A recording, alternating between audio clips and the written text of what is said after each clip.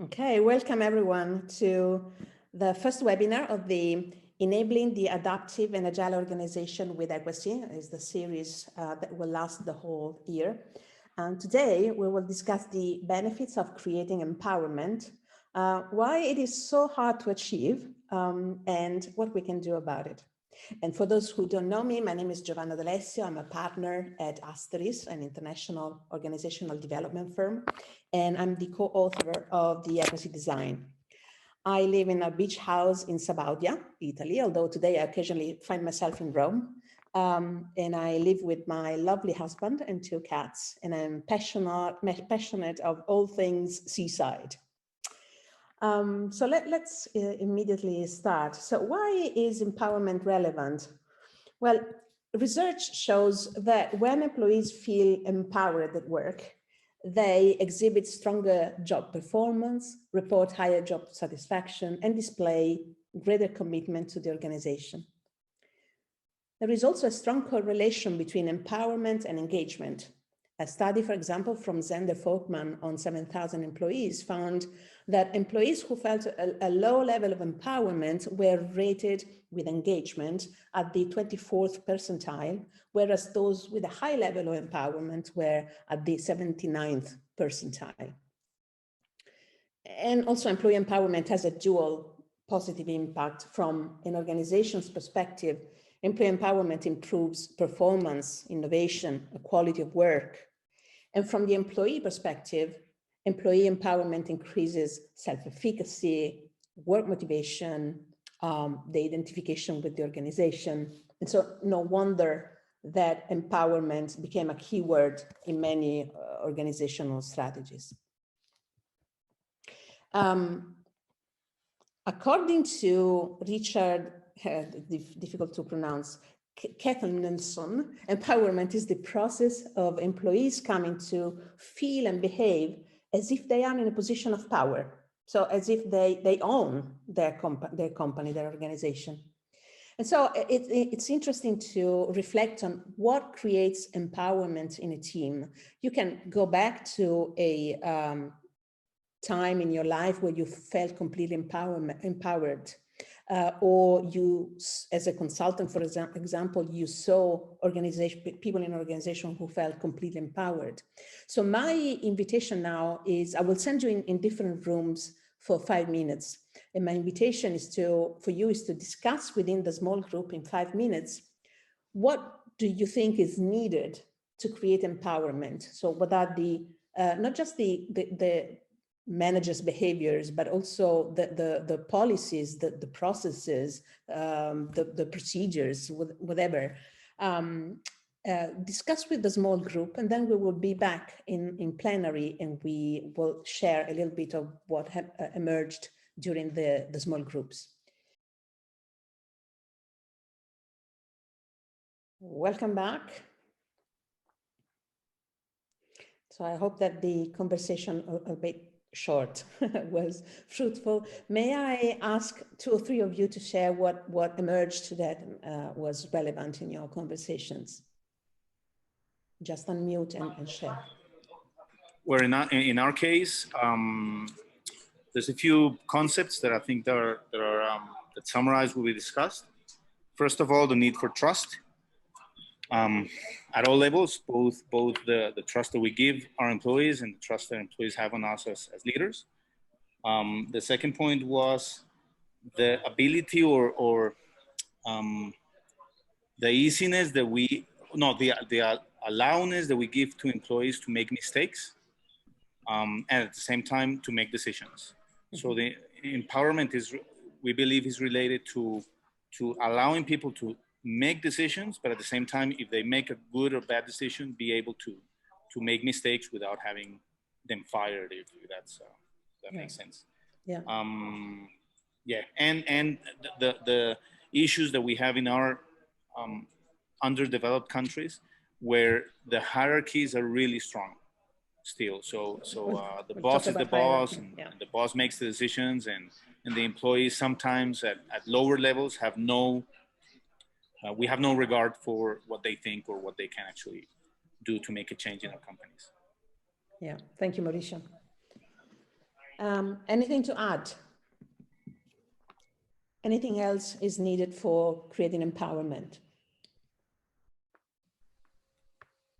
Okay. Who goes? Giovanna, I'll add a couple of things in. The group that I was in, a few things came out there in terms of transparency, and obviously the mutual trust was mentioned a few times.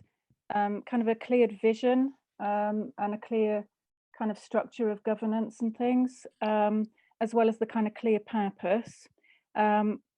We also picked out things in terms of people being allowed to make those mistakes and actually learn from it. So that was really linked into a lack of a blame culture. So people, so kind of really wrapped up in a culture thing that, you know, it's okay to try and get things wrong. Otherwise you kind of create a level of fear in people. And then we just started talking about bringing a level of flow into that as well when we kind of came back into the group. So yeah, a few things that came out which were really quite valuable, I think. Yeah, thank you. I don't know if anybody in the group wants to add anything to that, but Giovanna? Yeah. This is Mauro. Hi, Mauro. Hi. Just raising a question to myself, which is when we say empowerment, are we somehow supposing, we're just thinking how efficient, how entrepreneurial the team is, or we also talking about being creative, for instance? Well, generally, empowerment means that people feel as if the company is theirs. So they can, you know, in a way, they are more entrepreneurial because they start, you know, their decisions and they make their decisions. So this is the most common sense. Well, in this case, I would put some sense of being creative in empowerment. And in this case, I would say that rituals are very important to stimulate, to generate creative. Yeah.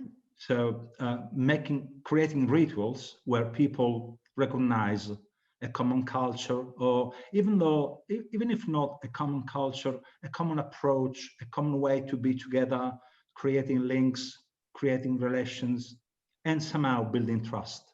Yeah. So rituals would be, in this case, quite important for what I learned. Yeah.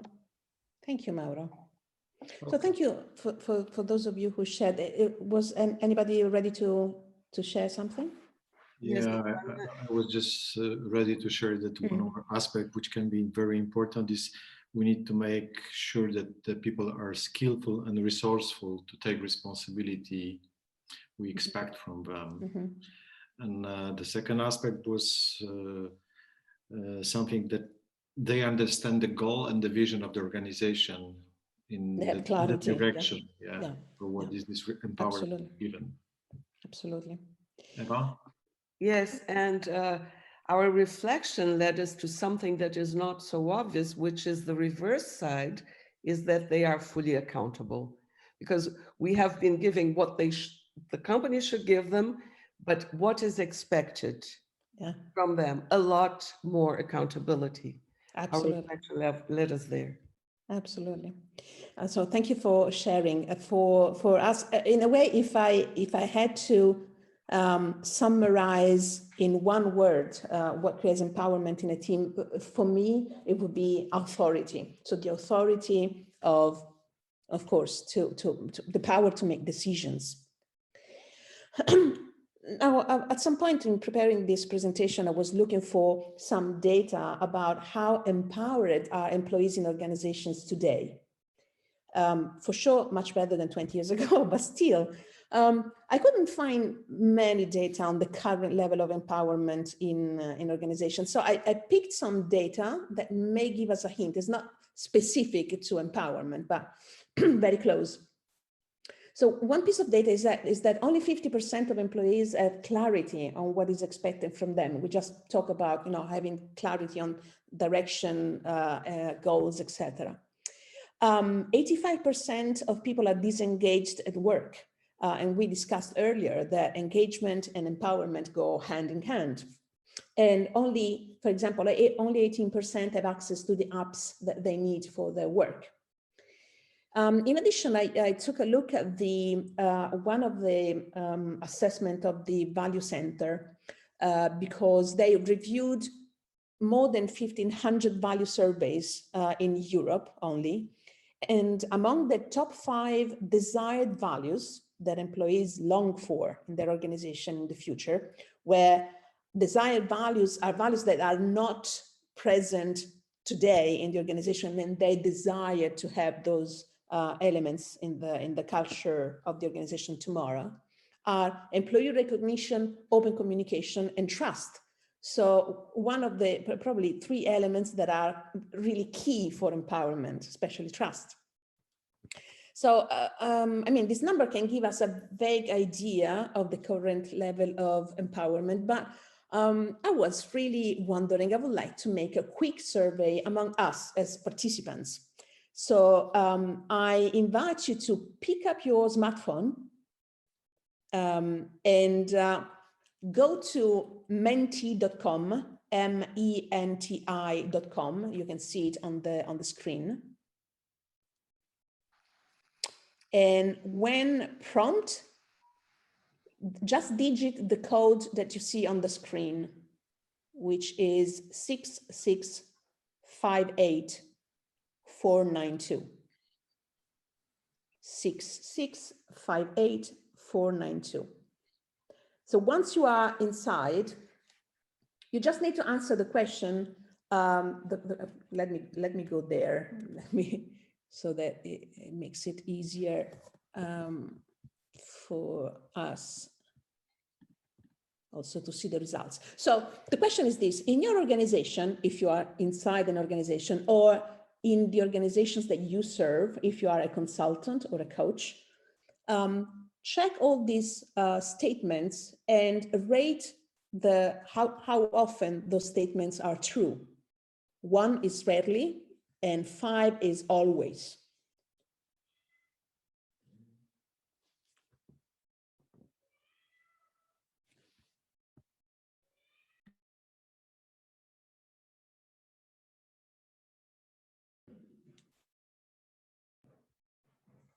Okay, we are waiting for a few more voters.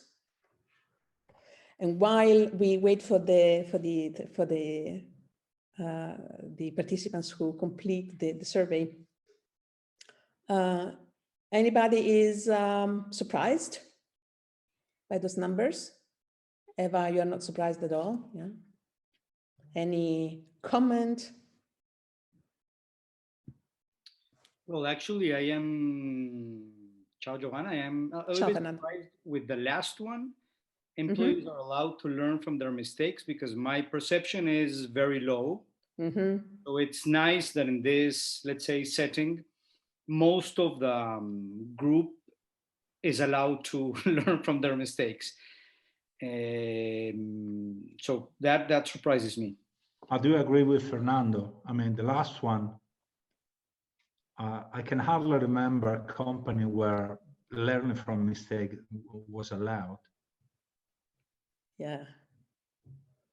Or it even was welcome. I mean, a way to say, okay, let's learn from the mistake. Yeah. I mean, I barely remember one company like this. Yeah. And it's interesting to see how can we measure, I mean, if a company only sometimes, because these results are saying only sometimes this happens.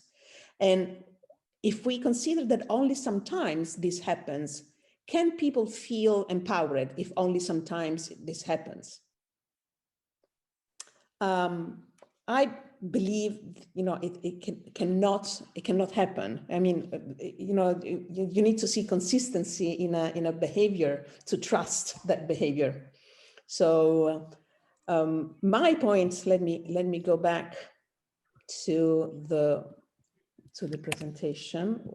So my point is that empowerment is a little bit an oxymoron. So let me start by saying that one solution that business leaders are generally embracing is to retrain their managers in the principles and practices of empowerment. So the thinking is that if managers get better at including workers in defining what needs to be done and how to do the work, well, the level of empowerment will dramatically improve. So what the logic seems to make sense, and the practices often produce some kind of short-term results, but empowerment is usually limited as a long-term worker engagement strategy because it is overly dependent upon the voluntary cooperation of the managers. Thus, for example, micromanagers who succeed empowering bosses can undo the benefits of empowerment in a matter of months or even days. The problem with empowerment is that the voluntary delegation of power is something that can only happen in hierarchy. So employee empowerment implies that one person has the authority to transfer the power to another person, but it also implies that it can be taken away because the boss is still the boss. So at the end of the day, we need to consider also that empowerment is a systemic issue. It does not really depend on the skills and goodwill of managers, but it depends on some kind of predictable dynamics that hierarchy generates for the very way it organizes people and power. So, it's useful, but probably I say something that you know much better than me, but if we go back to the beginning of the 20th century, especially in the United States, where artisanal production was moving towards mass production, businesses needed an effective way to get the job done and have a strong control of the manufacturing process. So the thinkers of that period, Taylor in the United States, Henry Fayol in France, saw that the organization was a machine. So they developed principles and systems that suggested how to structure the company for maximum efficiency, productivity, and control. So the hierarchical design and work practices were created to increase productivity and control. So how can we expect that the same design and work practices enable empowerment, autonomy, agility? I mean, the opposite. This is a paradox. So if business leaders want a reliable long-term strategy for fostering high level of worker empowerment, they shall begin by eliminating the great enabler of worker disengagement and disempowerment, so the corporate hierarchy. And self-management is a more effective organizational design for enabling worker engagement and empowerment because the whole system supports the empowerment strategy. Just to give you some example, with self-management, people hold the power they need to perform effectively. They are also immune for threats or coercion. And probably they're not immune for peer pressure, but at least threat or coercion not. People are also free to seek any resources they need or relationships they need on their own initiative. And also they are free to develop themselves and advance personal or organizational learning. And ultimately, people are responsible for results to themselves, their peers, and their organizational mission. So that's why I'd like to show you how AEquacy creates an environment where people have authority. So first of all, the structure of the organization is not pyramidal, but radial, and it is based on a network of self-organizing teams. Then there are some specific practices that, in my opinion, are really generating and reinforcing empowerment. So first of all, there are the dynamic roles. So in AEquacy, there aren't fixed positions and job titles where one person is hired to fill one position with one job title. AEquacy have a multitude of roles. So one person may be assigned even several roles, and they may be part of several teams as well, because those roles are then organized in teams, and all of them contribute to the organizational purpose. Again, each role has a purpose, so a reason why the role exists. Specific accountabilities against which the role's performance is measured, and a domain, that means a perimeter in which the role holder can take any decision to fulfill their role's purpose. So when you cover a role, everyone can make suggestion, but no one can tell you how to do your job as long as you hold up your end of the bargain. So first of all, your results are in line with the role's accountabilities. Your actions are in line with the role's purpose, and you are not impeding on another role's domain, perimeter. So when someone is assigned a role, that person takes responsibility for that role. So dynamic roles allows for high accountability and authority. Then there is an accountability system. First of all, I want to mention peer pressure. Peer pressure is a strong motivating force. We all have a social need to be accepted, to identify with the group and be part of the group. So much so that peer pressure from team members is more effective than money in prompting strong performances from workers. And this, interestingly, it has been confirmed by a research by the University of Iowa, where they observed a number of workers in self-managing teams. In AEquacy, each member is accountable to their team members and to the organization.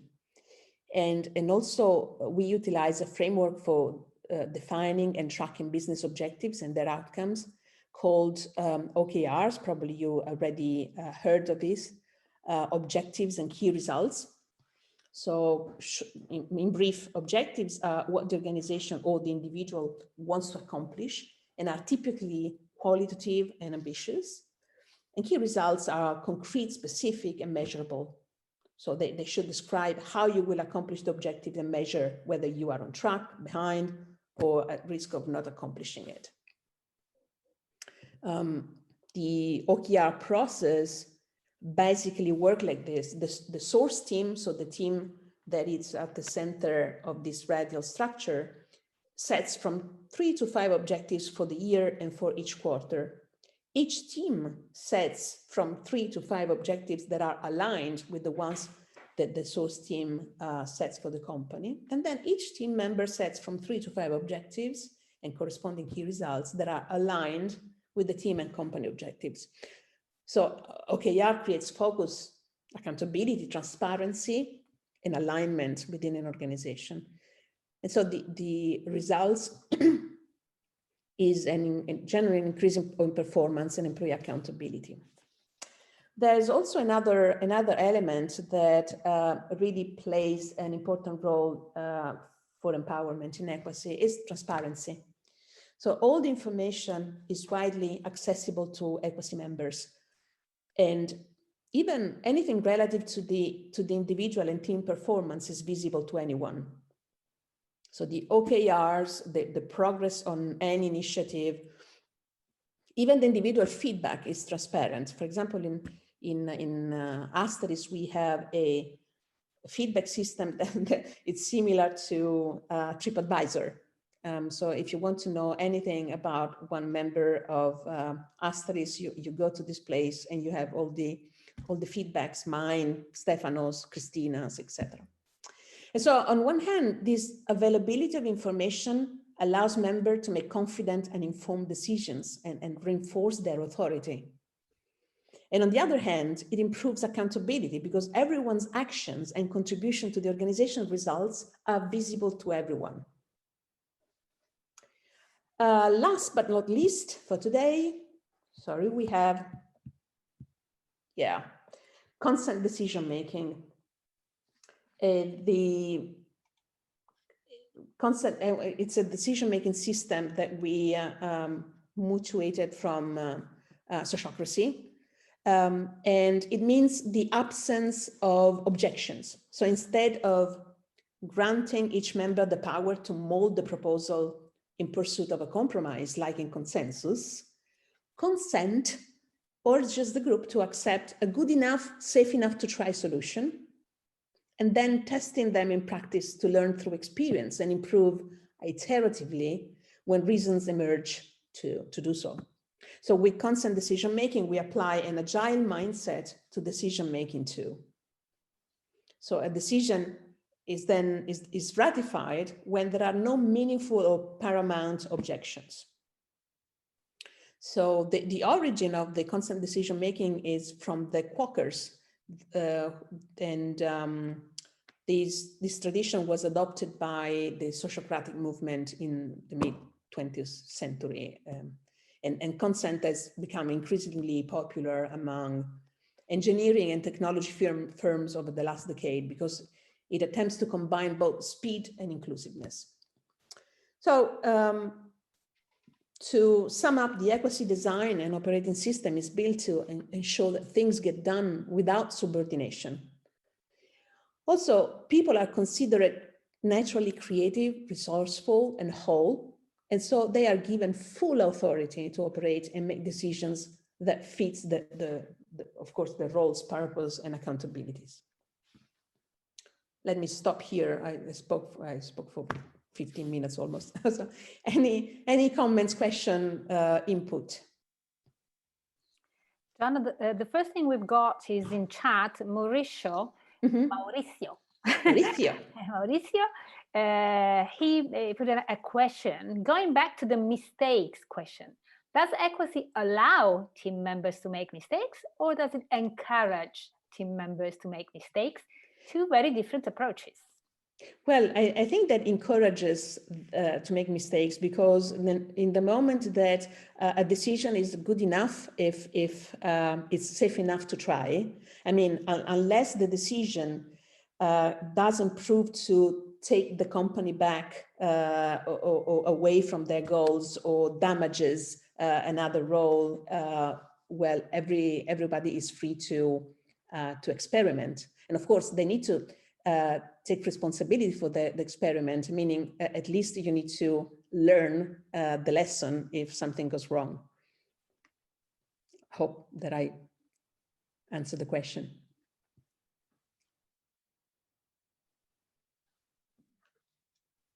Any other comment or question?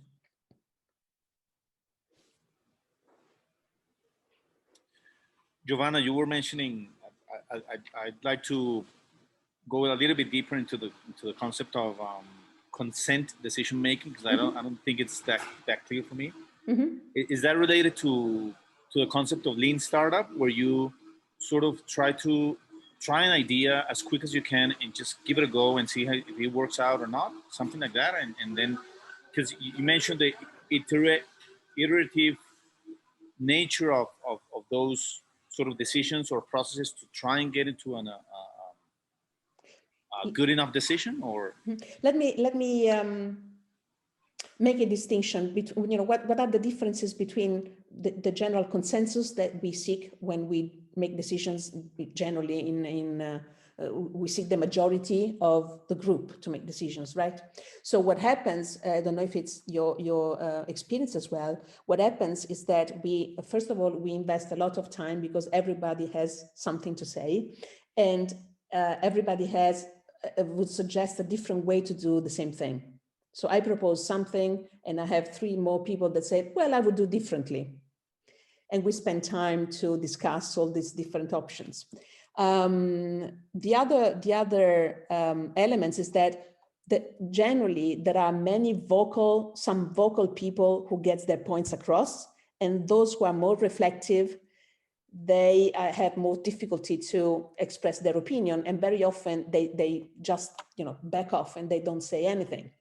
But then when they go out from the meeting, they are frustrated because they were not included in the decision. One last element that I find negative in consensus decision making is that if let's say, a little majority makes the decision, then all the others are disgruntled. And when they get out of the room, they don't promote the decision, but they work against it, maybe covertly. So these are, for me, the disadvantages of the system that we normally use for making decisions. So what happens when we use consent decision-making? We don't seek for the majority of yeses. We just seek for, are there relevant paramount no's, no-goes? For example, you can only voice an objection if the objection is this proposal is taking the company backward on their path to their goals. This proposal damages the company or part of the company, or this proposal is against the policy or the culture of our values, or it damages one other role. If the objection is one of these four, then the objection is valid and we need to discuss. If the objection is like, well, I would do it differently. I'm sorry, tomorrow you make a new proposal and you propose your idea, but in this moment, I'm the responsible for the proposal, I'm accountable for it, and I own the proposal. So unless you have valid objection, the proposal passes. But the other element, the other difference in consent decision-making is that it is organized in quick rounds. So first of all, the proposer make the proposal. Then there is a quick round of question, no comments, no opinions, just clarifying question to have a better understanding of the proposal. Quick round, okay. Another quick round of personal reactions. So you can say anything like, I love it, or it stinks, I don't like it. You can say whatever you want. And the proposer can decide to take these comments into account or not. And then there is a round of the objection. So everybody's point of view is in a way included, but only valid objections are taken into consideration. As long as I say before, as long as it doesn't hurt the organization, it is safe enough to try. I don't know if it helps. Giovanna? By Mauro. I don't want to challenge you. I'm just challenging the idea you're proposing. Yeah. Because I'm very fascinated by what you're saying. And I'm just wondering this. Say that I am managing a project and you tell me, Mauro, if I were you, I would do it this way, or why don't you think about this? And what you propose me just come from just a stronger education and a broader knowledge of that matter. So I have not the same skills. And say, can I ask for your help? I mean, if you better than me or something, and you would do that better than me, how can I help? How can I have your support? How can I?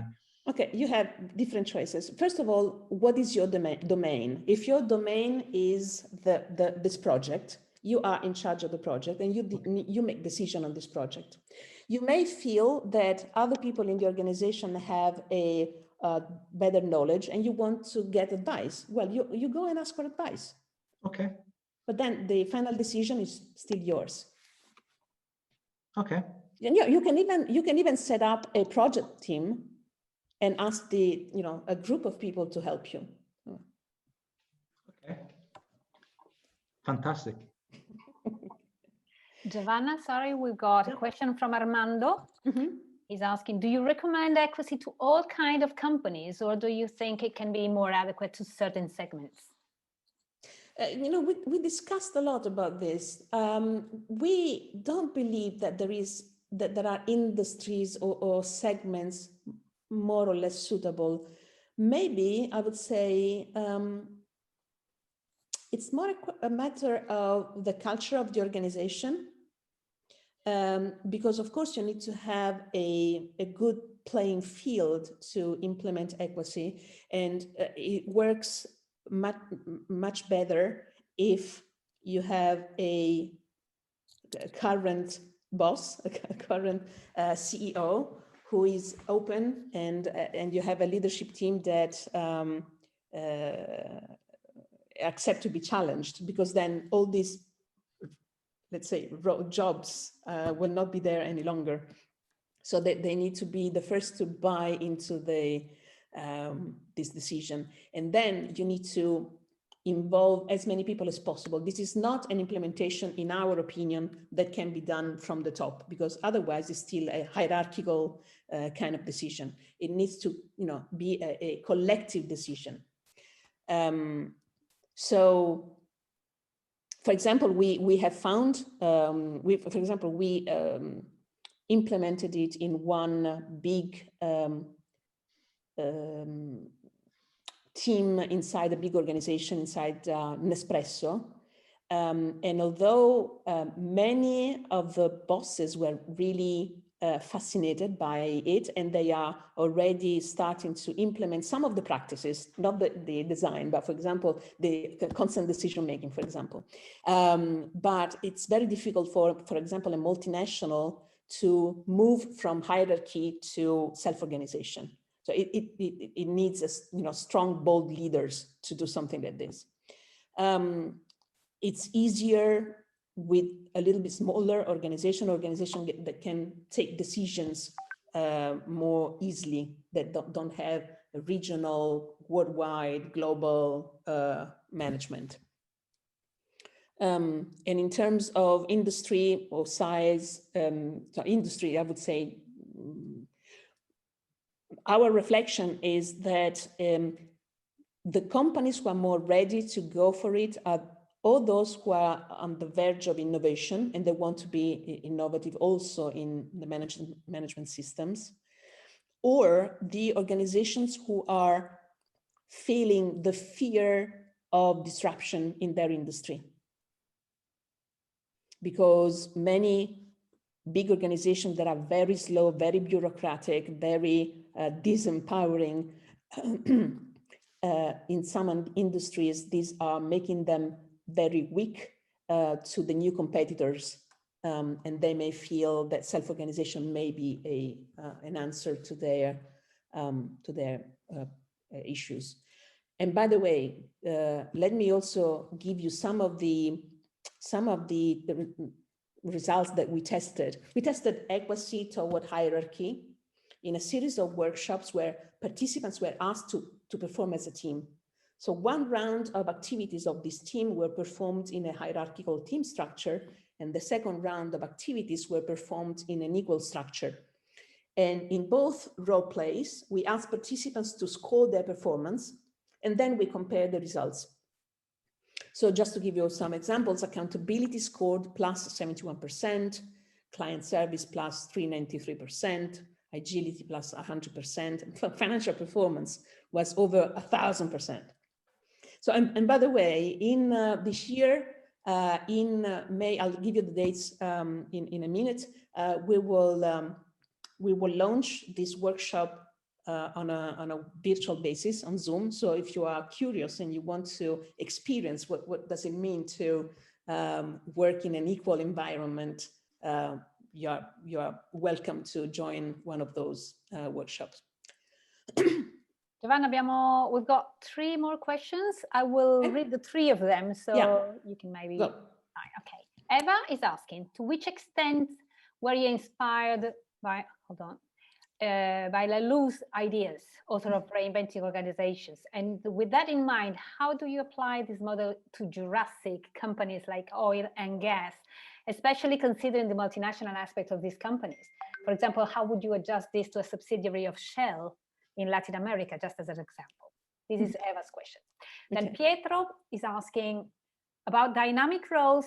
How could it be managed when teams are made by different kind of professionals with the need of different hard skills? And okay, so can you repeat the question, please? From Pietro? Sí.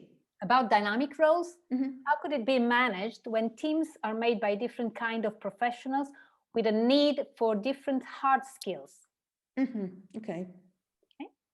And the last is Christian, who's asking, could you say that the decision of adapting to AEquacy has to be made by a boss with a formal power, because a part of the decision is to let go of formal power? Exactly. So let's start with the first one. Yes, Thiel was a part of the inspirations we have. To be honest, we started with Barry Oshry and his studies on the predictable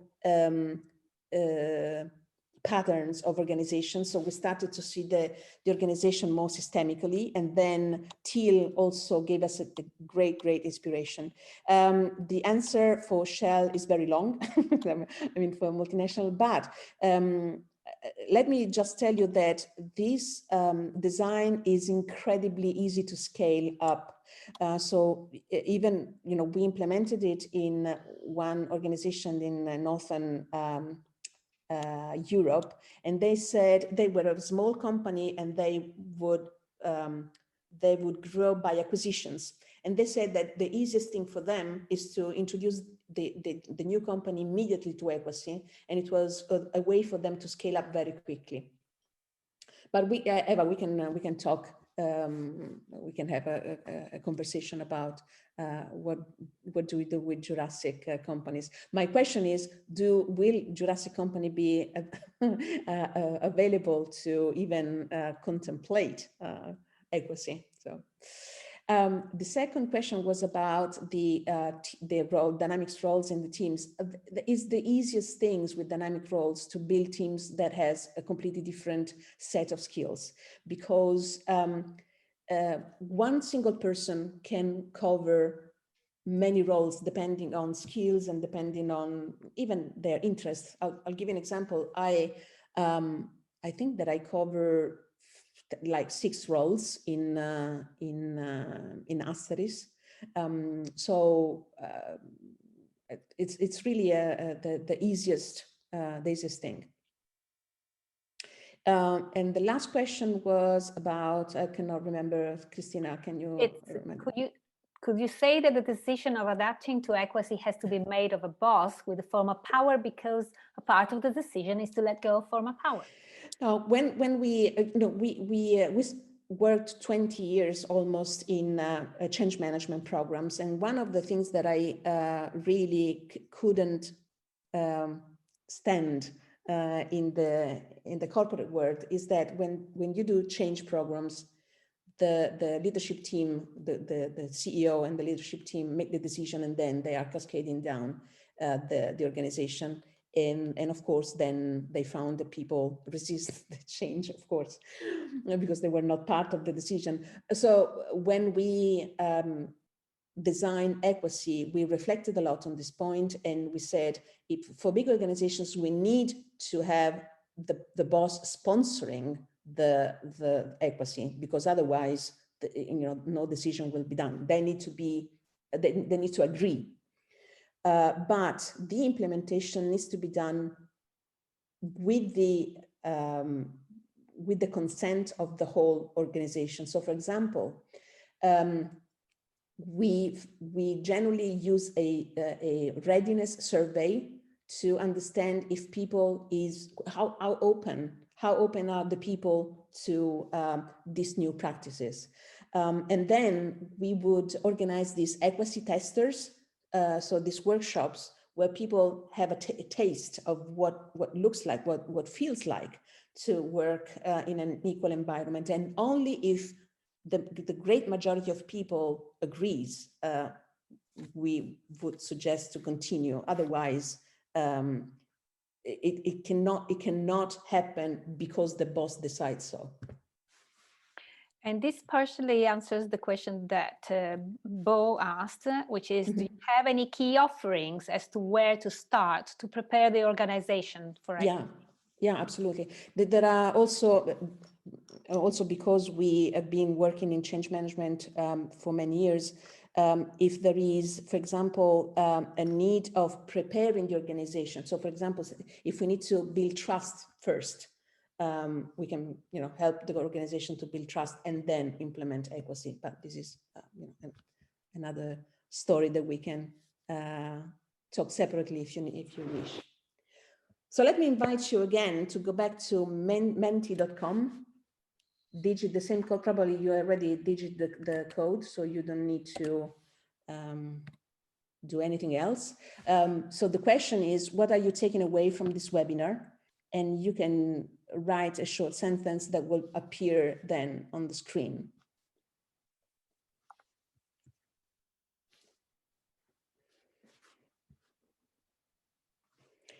Transparency, constant decision making, was a hit. Building trust. Thank you. Okay, thank you very much.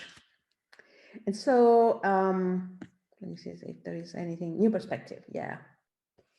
So let me close with some updates in case you are interested in what is boiling in the pot. So please know that we conducted the second survey on the organization of the future. And the results are ready also in English and are free to download on AEquacy.com, just in case you are interested to look at the research data. Every month we will address with an AEquacy webinar one organizational issue, and you are welcome to join other webinars. You will see the schedule on the website as well. These are the dates of the AEquacy testers. In English, it will be available in May 18 and October 12, and then there will be another one in Italian.